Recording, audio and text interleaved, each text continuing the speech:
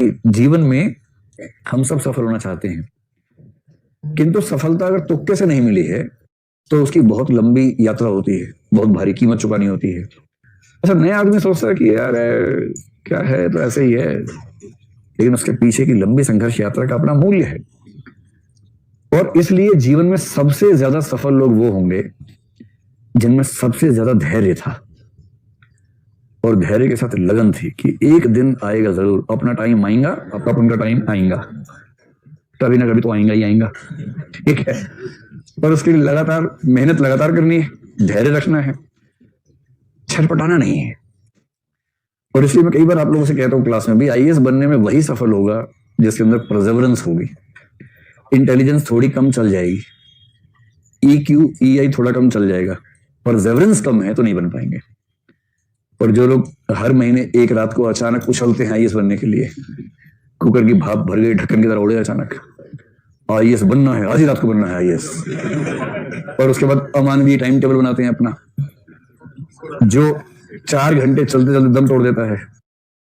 और उसके बाद मामला टाइम फिर 1 महीने तक शांत पड़े हैं, फिर किस दिन खून गर्म हुआ, अचानक आईएएस बनने बैठ गए उस दिन, और मास टारगेट ये इंटरव्यू 250 नंबर, ऑप्शनल वैकल्पिक विषय 350 नंबर, जीएस 550 नंबर, और आईएएस टॉपर से 200 नंबर ज्यादा स्कोर। और फिर पढ़ना शुरू, सुबह 4 बजे पढ़ेंगे और उसके बाद दिन में 21 घंटे का बना लिया पढ़ने का, अमानवीय किस्म का टारगेट बना लेते हैं। हाँ, और होगा क्या, एक दिन होते थे छोड़ो यार ऐसे ही ठीक था, छोड़ो। इसको बोलते हैं बहुत तेजी से उठने वाला जोश, उतना ही तेजी से मर जाता है। एक साहित्यकार थे, उन्होंने शब्द इस्तेमाल किया, तीव्र किंतु शीतल बौद्धिक घृणा। क्या इस्तेमाल किया? क्रांतिकारी बनना है ना, तो तीव्र किंतु शीतल बौद्धिक घृणा चाहिए। घृणा चाहिए व्यवस्था से, पर भावनात्मक नहीं, बौद्धिक घृणा चाहिए, उबलने वाली नहीं, शीतल घृणा चाहिए, शीतल घृणा। और तीव्र भी होनी चाहिए, बेचैनी भी हो। तीव्र किंतु शीतल बौद्धिक घृणा अगर है तो क्रांतिकारी बन पाओगे, वरना क्रांतिकारी बनना किसी के बस की बात नहीं है। ठीक उसी तर्ज पे अगर कहें, अगर बनना है आईएएस, तो लंबे समय तक धीमी गति में, मंद गति में चलने वाला मोटिवेशन, एनर्जी, आत्मविश्वास, संकल्प, पढ़ने की इच्छा और सफल होऊंगा ही होऊंगा ये भरोसा, अगर ये सब धीमी और मध्यम गति में चलता है लगातार, तो बनेंगे आईएएस। आईएएस बनना, सीएम बनना, पीएम बनना, कुछ भी बनना, कुछ भी बड़ा हासिल करना, उद्योगपति बनना, कोई बढ़िया एनजीओ चलाना, कैलाश सत्यार्थी बनना, ये सब ऐसे नहीं होता है। लंबे समय का सस्टेन्ड मोटिवेटेड एफर्ट चाहिए होते हैं। कुछ भाव समझ में आ गया क्या है?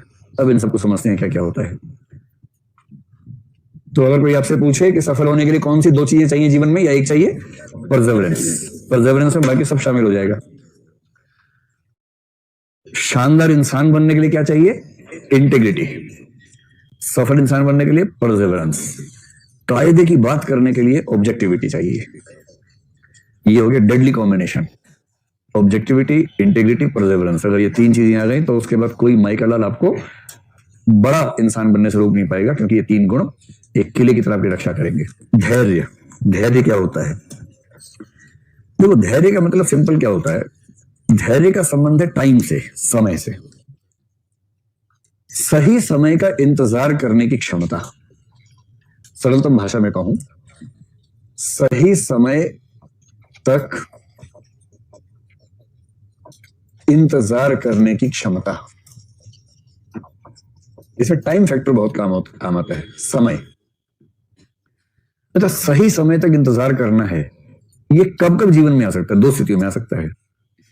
एक तो आ सकता है कि आप किसी ऐसे उद्देश्य के पीछे चल रहे हैं जिस उद्देश्य को हासिल करने की प्रक्रिया ही बहुत लंबी है, ठीक?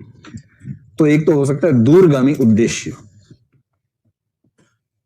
जैसे आपने आईएएस का उद्देश्य चुन लिया, अब ये उद्देश्य दूरगामी है। ये ऐसा नहीं कि कल रात को मनु सुबह आईएएस बन गए, है ना। इसमें तो आपको तैयारी करेंगे 1-1.5 साल, उसके बाद एग्जाम देंगे, एग्जाम भी जिस साल शुरू होगा उसके अगले साल खत्म होगा, फिर सिलेक्शन के बाद ट्रेनिंग 6 महीने बाद शुरू होगी, फिर 2 साल ट्रेनिंग चलेगी, उसके बाद जाके पोस्टिंग मिलेगी। पूरी 5 वर्षीय योजना है।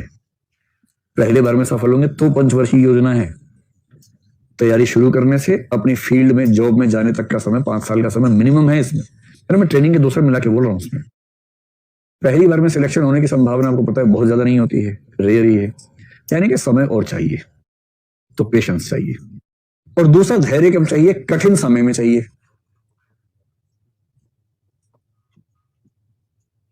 कठिन समय में।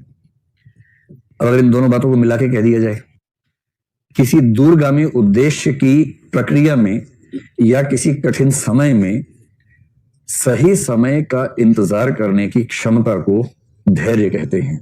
बाकी समझ गया? आप नोट कर लेंगे अपने आप ना। तो किसी दूरगामी उद्देश्य की प्रक्रिया में या किसी कठिन समय में सही समय का इंतजार करने की क्षमता को धैर्य कहते हैं या पेशेंस कहते हैं। So simple. इन्हीं में से एक पक्ष को अगर ले लेंगे, उसको बोलते हैं फोर्टिट्यूड। फोर्टिट्यूड क्या है? ये वो सहनशीलता है जो कठिन समय में, कठिन समय या कठिन संघर्ष में, भाई कठिन समय कठिन संघर्ष किसके जीवन में नहीं आते हैं? आते ही कभी ना कभी। अब आप उस समय चिल्लपो मचाते हैं, जमीन पर लेट लेट कर रोते हैं, गला फाड़ फाड़ कर रोते हैं, या शांति से झेल लेते हैं उसको। तो कठिन समय या संघर्ष को शांति के साथ और साहस के साथ, शांति और साहस के साथ झेलने की क्षमता,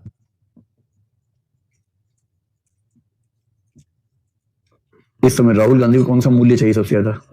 फोर्टिट्यूड चाहिए।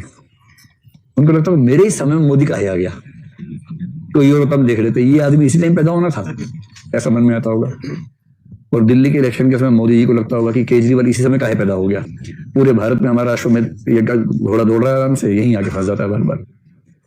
तो लगता होगा उनको भी, तनाव तो होता ही होगा। तो फोर्टिट्यूड भी सहनशीलता है, धैर्य के नजदीक है, किंतु इसका संबंध इसमें यह नहीं है कि लंबा उद्देश्य है, समय लग रहा है, वेट करना, वो नहीं। कठिन चुनौतियां आपके सामने, बहुत कठिन समय चल रहा है, और उस कठिन समय को पूरे साहस के साथ झेलना। जैसे राजा पूछे दूसरे राजा से, बोल तेरे साथ क्या सलूक किया जाए, मार दिया जाए कि छोड़ दिया जाए? और दूसरा राजा बोले वही जो एक राजा को दूसरे राजा के साथ करना चाहिए। सिकंदर ने पोरस से पूछा क्या सलूक करे? पोरस ने कहा जो राजा को राजा के साथ करना चाहिए। सिकंदर यूनान से आया था, उसको पंजाबी बोलनी नहीं आती थी। पोरस पंजाब के इलाके में था, उसको ग्रीक नहीं आती थी। ये हुआ कैसे समझ नहीं आता, पर दुनिया भर कहती है कि ऐसी बातचीत हुई, और हम तुमसे परेशान है, बात हुई कैसे? तो पहले ये बताओ कि धैर्य और फोर्टिट्यूड में अंतर समझ में आ गया? ठीक, चलो।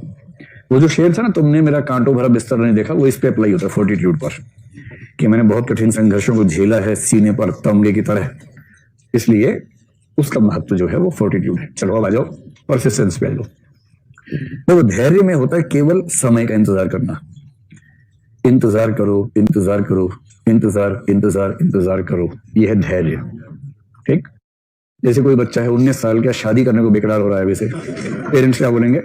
बेटा जब तक 21 के ना हो जाओ, इंतजार इंतजार इंतजार करो। इसमें कुछ अलग से नहीं करना है, सिर्फ इंतजार करना है। ये नहीं करना है कि किसी ने शादी करनी है उसके लिए वो विशेष रूप से कुछ प्रयास कर रहा है, ऐसा नहीं। केवल 21 का होना है, बस इंतजार करना है। निरंतरता में क्या होता है कि पेशेंस प्लस सस्टेन्ड एफर्ट्स, ये फार्मूला है, एकदम एकदम केमिस्ट्री का फार्मूला टाइप का है। Patience plus sustained efforts equals to persistence. अर्थात परसिस्टेंस निरंतरता में पेशेंस तो है ही, पेशेंस तो है ही है इसके अंदर, साथ में एक चीज और भी है, उसका नाम है सस्टेन्ड एफर्ट। सस्टेन्ड एफर्ट का मतलब है प्रयास की निरंतरता। किसी, अब देखो परिभाषा क्या हो जाएगी, इसमें कठिन समय वाली बात हटा देंगे, इसमें सिर्फ ये आ जाएगा उद्देश्य में। किसी दूरगामी उद्देश्य के लिए लंबे समय तक धैर्य और निरंतर प्रयास करने की क्षमता, यह है परसिस्टेंस। इन सबको लिखते रहिए आप, जिस भाव से देख रहे हैं कि देखा और दिमाग में छप गया ना, बाद में सब गायब हो जाता है ना। किसी दूरगामी उद्देश्य के लिए लंबे समय तक धैर्य और निरंतर प्रयास करते रहने की क्षमता, इसको बोलते हैं परसिस्टेंस। तो परसिस्टेंस में पेशेंस के साथ साथ एक पक्ष और जुड़ गया है, निरंतर प्रयास। ठीक, अब परसिस्टेंस और परसेवरेंस में भी संबंध वैसा ही है। तो परसेवरेंस क्या है? परसेवरेंस का मतलब है persistence plus sustained self motivation. Persistence plus sustained self motivation, simple formula है, फार्मूला याद रखिए, सारी कहानी याद रहेगी। सस्टेन का मतलब है निरंतर, सस्टेन करना, निरंतरता बनाए रखना। सेल्फ मोटिवेशन क्या है? आत्म अभिप्रेरणा, आत्मविश्वास भी कह सकते हैं, सेल्फ कॉन्फिडेंस कह लीजिए। तो फिर से वापस आ जाओ वहीं से, किसी दूरगामी उद्देश्य की प्राप्ति के लिए धैर्य, प्रयास की निरंतरता और आत्मविश्वास को बनाए रखने की क्षमता, यह है परसेवरेंस।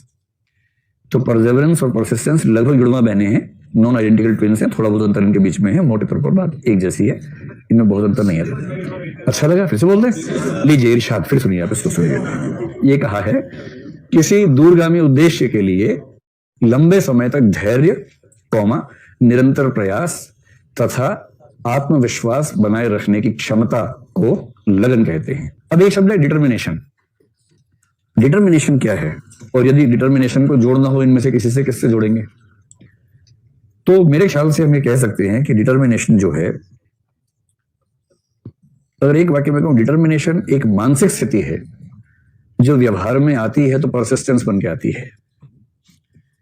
डिटर्मिनेशन क्या है? मुझे आईएएस बनना है, बनना है, बनना है, पढ़ूंगा नहीं अलग बात है, बनूंगा तो आईएएस बनूंगा, बातें नहीं करूंगा, आईएएस बनना है, बनना है, तो पढ़ाई तो कर, पढ़ाई नहीं करेंगे यार, बनेंगे आईएएस।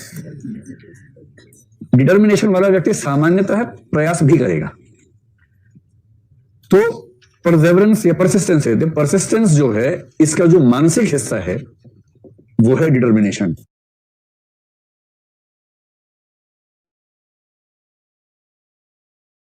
तो जब तक आदमी केवल मानसिक स्तर पे ही हिचकोड़े खा रहा है तो बोलेंगे डिटर्मिनेशन तो है भैया के अंदर, दीदी के अंदर, लेकिन अभी परसिस्टेंस नहीं है।